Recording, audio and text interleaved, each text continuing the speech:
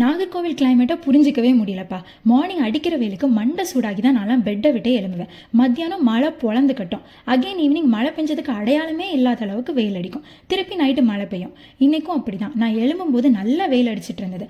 சமைக்க ஸ்டார்ட் பண்ணி கொஞ்ச நேரத்தில் செமையான மழை. கிளைமேட் அப்படியே மாறி சூப்பராக இருந்தது. டபுள் ஹாப்பினஸாக எனக்கு ரொம்ப ரொம்ப பிடிச்ச ஒரு லஞ்ச் தான் நான் இன்னைக்கு ரெடி பண்ணிட்டு இருந்தேன். ஊர்வசி மேம் சொல்லுவாங்கல்ல, வெல்கம் டு சண்டே சமையல். நான் இன்னைக்கு சமைக்க போகிறது curd fried rice with finger chips அப்படிங்கிற மாதிரி தி அல்டிமேட் காம்போ தயிர் சாதமும் பொட்டேட்டோ ஃப்ரையும் தான்.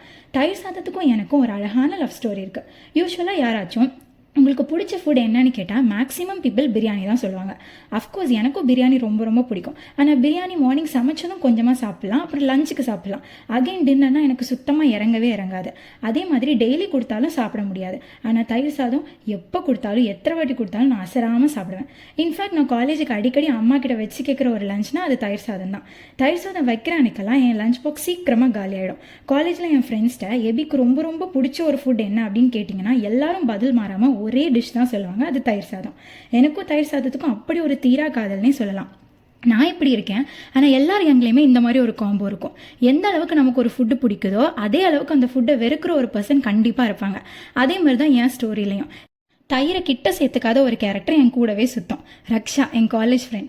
பிரியாணிக்கு கூட ரைத்தா வச்சு சாப்பிட மாட்டா. கழுதைக்கு தெரியுமா கற்பூர வாசனை அப்படிங்கிற மாதிரி தான் இருக்கும். சில்லிகள். உண்மையை சொல்லணும்னா தயிர் சாதத்தை எப்படி வேணால் சாப்பிடலாம். பிளெயினாக சாப்பிடலாம், பொமிகிரானட், பைனாப்பிள் இந்த மாதிரி ஃப்ரூட்ஸ் ஆட் பண்ணி சாப்பிடலாம். இல்லைன்னா இந்த மாதிரி தாளிச்சு புதினா கருவேப்பிலை அரைச்சி சேர்த்து சாப்பிடலாம். நான்லாம் முன்னாடி அம்மா கிட்ட பொமிகிரானட்லாம் போட்டு ஃப்ரூட்ஸ் போட்டு தாங்க அப்படின்னு தான் கேட்டு சாப்பிடுவேன். ஆனால் அம்மா ஒரு நாள் திடீர்னு யூடியூப் பார்த்து இந்த மாதிரி டிஃப்ரெண்ட்டாக ட்ரை பண்ணுறேன் அப்படின்னு சொல்லி புதினா கருவேப்பிலாம் அரைச்சி சேர்த்து சமைச்சு கொடுத்தாங்க. இந்த டேஸ்ட் எனக்கு ரொம்ப பிடிச்சி போச்சு. அப்போலேருந்து இப்போ வரைக்கும் இதே ரெசிபி தான் ஃபாலோ பண்ணிட்டு இருக்கோம்.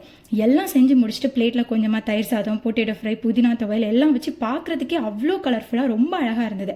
சாப்பிட்டு பார்த்தா அவ்வளோதான், நான் ஸ்ட்ரைட்டாக சொர்க்கத்துக்கே போயிட்டு வந்த போல் அப்படி ஒரு டேஸ்ட்டு.